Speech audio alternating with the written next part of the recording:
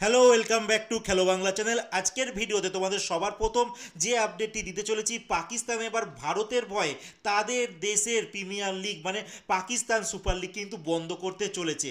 কারণ গতকালকে তাদের ম্যাচ ছিল পেশাওয়ার জলমি ভার্সেস লাহোরের মধ্যে, আর সেই ম্যাচটি কিন্তু বন্ধ হয়ে গেছে।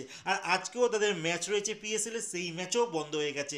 কারণ পাকিস্তান তারা ভারতের উপর কাপুরুষোচিতভাবে আক্রমণ করে, আর যখন ভারতীয় সেনারা আক্রমণ করে তারপরে কিন্তু তারা ভয় পেয়ে যায় আর এক এক করে কিন্তু তারা পিছনে সরতে থাকে, যার জন্য খেলা কিন্তু বন্ধ করতে তারা বাধ্য হয়েছে। কারণ যে সমস্ত বিদেশি খেলোয়াড়েরা এই পাকিস্তান সুপার লিগে খেলছে, তারা এবার পাকিস্তান সুপার লিগে খেলতে চাইছে না, পাকিস্তানকে তারা ঘেন্না করছে, যার জন্য তারা পাকিস্তান থেকে তারা নিজের দেশে ভালোভাবে ফিরতে চায়, যার জন্য বাধ্য হয়ে এবার পাকিস্তান এই লিগ বন্ধ করতে বাধ্য হচ্ছে। বাট অফিসিয়ালি কিন্তু তারা এখনো ঘোষণা করেনি, তারা চাইছে দুবাইতে করতে। বাট এই মুহূর্তে যা খবর বেরিয়ে আসছে, পাকিস্তানে খাবার পয়সাও নেই, তো এই মুহূর্তে তারা দুবাই কি করে ম্যাচ করবে সেটা একটা প্রশ্ন থাকছে, যার জন্য সম্ভবত পিএসএল বন্ধ হতে চলেছে। আর তারা অ্যানাউন্সমেন্ট করতেও কিন্তু ভয় পাচ্ছে, কারণ তারা এখন দেউলিয়া হয়ে গেছে।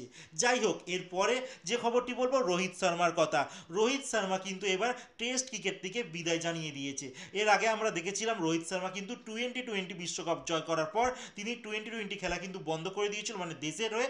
তারপর তিনি শুধু বলেছিলেন ওয়ানডে আর টেস্ট খেলবে। লাস্ট যে সিরিজটা হয়ে গেল অস্ট্রেলিয়ার মাটিতে, ভারত আর অস্ট্রেলিয়ার মধ্যে টেস্ট ম্যাচ, যেখানে তার পারফরমেন্স খুবই বাজে ছিল, যার জন্য তার উপর অনেকেই প্রশ্ন তুলেছিল।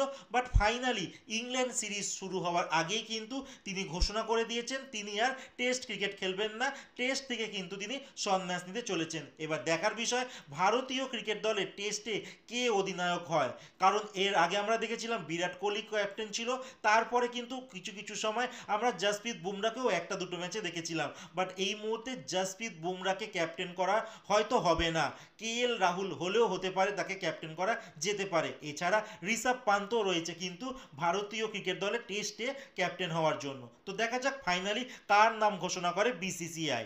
এরপরে যে খবরটি বলবো, ভারতের আইপিএলও কিন্তু নিরাপত্তাজনিত কারণে বন্ধ করে দিতে বাধ্য হলো এক সপ্তাহের জন্য। এখনো অবধি যা খবর আসছে যে আইপিএল এর লাস্ট যে খেলাটি হয়ে গেল ধরমশালায়, যেখানে 10 ওভার 1 বল হয়েছিল, 122 রান করেছিল এক উইকেটে হারিয়ে পাঞ্জাব দল, যেখানে দিল্লির হয়ে কিন্তু ভালো পারফরমেন্স করে নাটরাজান। তিনি 1.1 ওভার বল করে মাত্র 4 রান দিয়ে একটা উইকেট তিনিই মাত্র পান। তো সেই দিক থেকে ম্যাচটা ভালো দিকেই চলছিল। বাট পাকিস্তানের কাপুরুষিত আক্রমণের জন্য খেলোয়াড়দের নিরাপত্তার কথা চিন্তা করে আইপিএল কমিটি তারা কিন্তু ঘোষণা করে যে এই ম্যাচটি পরিত্যক্তভাবে এখানেই শেষ হবে, যতক্ষণ না তারা অন্য বিকল্প পথ বাঁচছে ততক্ষণ না কিন্তু এই ম্যাচগুলো আর হবে না। মোটামুটি অফিসিয়াল আছে, ঘোষণা হয়েছে যে এক সপ্তাহের জন্য কিন্তু এই খেলাটা বন্ধ রয়েছে, তারপরে কিন্তু তারা নেক্সট ডেট ঘোষণা করবে। সম্ভবত পাকিস্তান সাইডে হয়তো হবে না, রাজ্যগুলোতে হয়তো কলকাতা বা দক্ষিণ ভারতের দিকে কিন্তু ম্যাচগুলো করালেও করা যেতে পারে। তো সেইটা এখন নির্ভর করছে আইপিএল কমিটির উপর। বাট এখন অবধি যা অফিসিয়াল নিউজ, এক সপ্তাহের জন্য কিন্তু আইপিএল পিছিয়ে দেওয়া হয়েছে, যেখানে বিদেশি খেলোয়াড়রা কিন্তু এখনও পাকিস্তানের মতো নয় যে ভারত ছেড়ে তারা পালিয়ে যাবে। কারণ তারা জানে ভারত একটা শক্তিশালী দেশ, ভারতের নিরাপত্তা যথেষ্ট শক্তিশালী। তো তারা চাইছে না তারা ভারত ছেড়ে চলে যেতে, তারা চাইছে আইপিএলটা পুরোটা খেলে তারপরেই দেশে ফিরে যাক। তো আজকের মতো খেলার খবর এতটুকুই, দেখা হচ্ছে নতুন একটা ভিডিওতে।